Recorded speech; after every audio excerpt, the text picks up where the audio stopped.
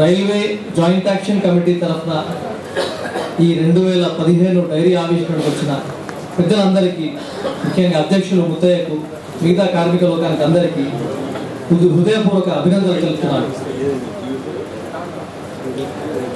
తెలంగాణ రాష్ట్ర ఉద్యమంలో సీమాంధ్ర ప్రభుత్వాల నిర్బంధాల మధ్య,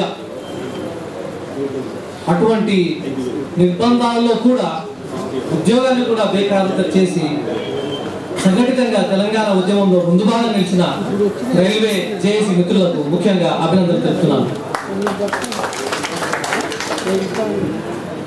ఈ రైల్వే జేఏసీ పక్షాన ఈ గ్రూప్ బి ఉద్యోగాలకు, ఇంకొకటి ఈ అప్రెంటిస్ ఏది చెప్పిండ్రో యాక్ట్ అప్రెంటిస్, వీరికి కూడా ముఖ్యంగా దాన్ని ముందుగా మిగతా ఎంపీలందరి దగ్గరికి, ఆఫీసర్ల దగ్గరికి, రైల్వే ముఖ్య ఆఫీసర్ల దగ్గరికి తీసుకుపోయిన రైల్వే ఎంప్లాయ్ చేసి అధ్యక్షుడు ముత్యాకు ముఖ్యంగా ఆయనకు హృదయపూర్వక అభినందనలు తెలుపుతున్నాను. మొదటి నుంచి కూడా మన ప్రాంతం వాళ్ళకు ఈ క్లాస్ 4 ఉద్యోగాలు బయట ప్రాంతం వాళ్ళు కొలగొట్టుకుంటున్నారు. దీనిపైన మనం ఏమైనా చేయాలని ప్రతి ఒక్కరి దగ్గర, ఎంపీల దగ్గర, నేను ప్రత్యేక సాక్షిని అన్న ముఖ్యంగా దాన్ని పనిగట్టుకొని ఇది ఒక ఫైల్ తయారు చేసి అందరి దగ్గర తీసుకుపోయి దానిపైన నిర్ణయాత్మకమైన సూచనలు ఇస్తూ దానిపైన ఒక విధానపరమైన నిర్ణయంగా మార్చడానికి అన్న ముఖ్యంగా కంకణం కట్టుకున్నాడు. అది కూడా నెరవేర్చిన ఆశాభావాన్ని వ్యక్తపరుస్తున్నా. ఈరోజు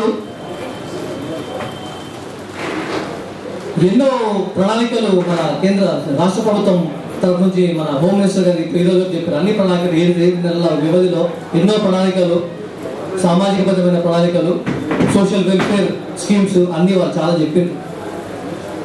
ఎన్ని చెప్పినా కూడా తెలంగాణ ఉద్యమము నీళ్లు, నిధులు, నియామకాల గురించి ఏదైతే ఉద్యమం జరిగిందో ఇవన్నీ కూడా ఈ అంశాలను ఏ ప్రభుత్వమైనా, ఈరోజు టీఆర్ఎస్ ప్రభుత్వం కావచ్చు, రేపు కాంగ్రెస్ ప్రభుత్వం కావచ్చు, ఏ ప్రభుత్వం వచ్చినా కూడా మన రాష్ట్రంలో నెరవేర్చుకోవాల్సిన అంశాలు ఇవన్నీ ఆటోమేటిక్గా నెరవేర్చుకుంటాం.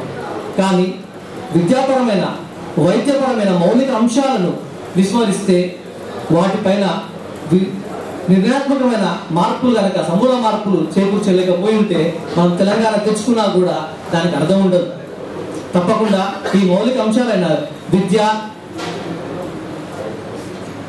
మన వైద్యం, వీటిపైన కంపల్సరీ గవర్నమెంట్ కూడా దృష్టి సారించి, వాళ్ళు బుక్కులు లేదు, వాళ్ళ ముందు మాట్లాడదాం అనుకున్నా, దృష్టి సారించి దీనిపైన కూడా ఒక మంచి నిర్ణయాత్మకమైన ప్రణాళికలు ఏర్పాటు చేయాలని కోరుకుంటున్నాను.